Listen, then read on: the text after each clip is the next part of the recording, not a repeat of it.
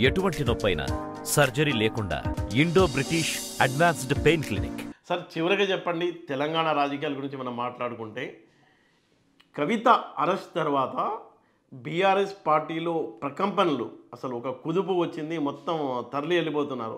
తెలంగాణలో రాజకీయం ఒక చిత్రం ఎలా మారింది అనుకోవచ్చు. రేపు పార్లమెంట్ ఎన్నికల్లో దాని ప్రభావం ఎలా ఉండబోతుంది? అలా కాదండి. ఇప్పుడు బీఆర్ఎస్ పార్టీ ఓడిపోయిన వెంటనే ఆ దుకాణానికే తాళాలడిపోయినట్టే.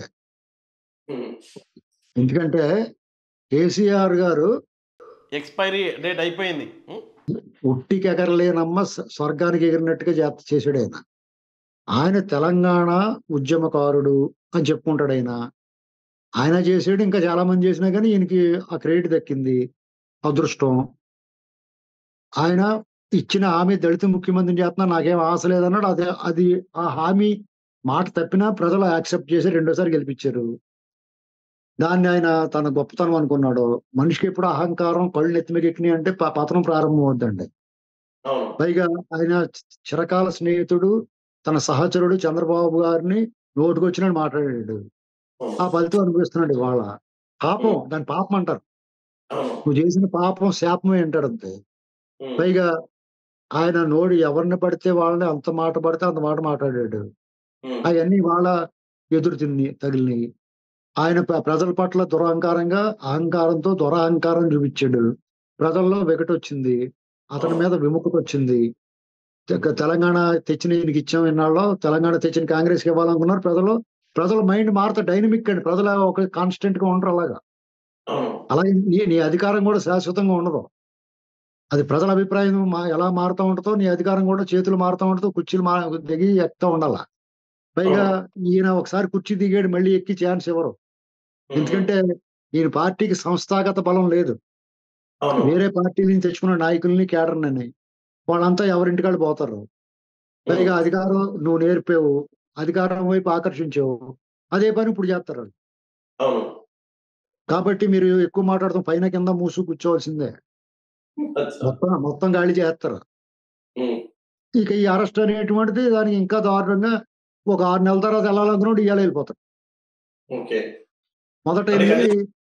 మొదట సీఎం రేవంత్ రెడ్డి గారిని మర్యాదపూర్వకంగా కలుస్తారు. తర్వాత రెండోసారి అభివృద్ధి కోసం కలిసామంటారు. మూడోసారి పార్టీ మారిపోతారు. ఇది ప్రాసెస్. కానీ ఇప్పుడు అదేం ఉండదండి, డైరెక్ట్ గా వెళ్ళిపోతారు. ఈ కవిత గారు అరెస్టు, రేపు అతను పార్లమెంట్ ఎలక్షన్ లో ఒక సీట్ వస్తే గొప్ప బీఆర్ఎస్ కి.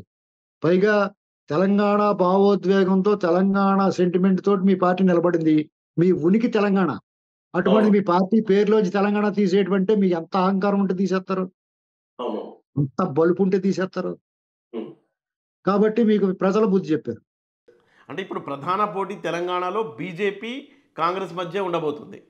బీజేపీ కాంగ్రెస్ కింద మార్చి అక్కడ కేసీఆర్ గారు స్వయంకృతం అది. ఆయన తెలుగుదేశం పార్టీని లేకుండా చేసుకున్నాడు. ఇవాళ తెలుగుదేశం పార్టీ, టిఆర్ఎస్, టీడీపీ రెండు పోటీ పడుతూ ఉన్నాం. ఆ తెలుగుదేశం పార్టీని అందంగా అలా ఉంచుకుని ఉంటే దాన్ని పాడు చేసేదాకా నిద్రపోలేదు. ఇప్పుడు ఇవాళ తెలుగుదేశం ఉందనుకోండి, ఆ సెంటిమెంట్ డ్రా చేసుకుంటా ఆ బతుకుతుడు. తెలుగుదేశం పార్టీ ఉంటే వాళ్ళిద్దరూ పోటీ పడతా ఉందరు. జాతీయ పార్టీలు రెండు ఎవరో ఒకళ్ళ పక్క చేయరు. ఇవాళ ఏమైంది, తెలుగుదేశం పార్టీ నువ్వు ఇబ్బంది పెట్టావు అనుకున్నావు, గరికి తిన్న గాడిదే పోద్ది కానీ గరికి మళ్ళీ మొలుతుంది. టీడీపీ మళ్ళీ పుంజుకునే అవకాశం ఉంది తప్ప మీ ఛాన్స్ లేదు. ఇంకా మీరు అవుట్, మీ క్లోజ్. ఓకే, అందుకే ఖమ్మంలో పోటీ చేసే అవకాశం ఉందా తెలుగుదేశం పార్టీ? చెత్త చేయొచ్చండి. మరి వాళ్ళు ఎన్డీఏలో ఉన్నారు కాబట్టి మళ్ళీ వాళ్ళు మంచిది పోటీ చేస్తే. తెలుగుదేశం పార్టీ ఖమ్మంలోను, మల్కాజ్గిరిలోను పోటీ చేస్తే మంచిది. అవును, మళ్ళీ వాళ్ళ అస్తిత్వం,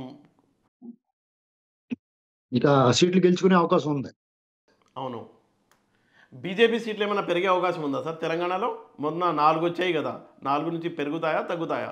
మొన్న 4 వచ్చినాయి, 4 అయితే నిలబెట్టుకుంటారేమో. ఆ 4 కాకపోయినా మొత్తం మీద ఎక్కడో చోట 4 నిలబెట్టుకుంటారేమో.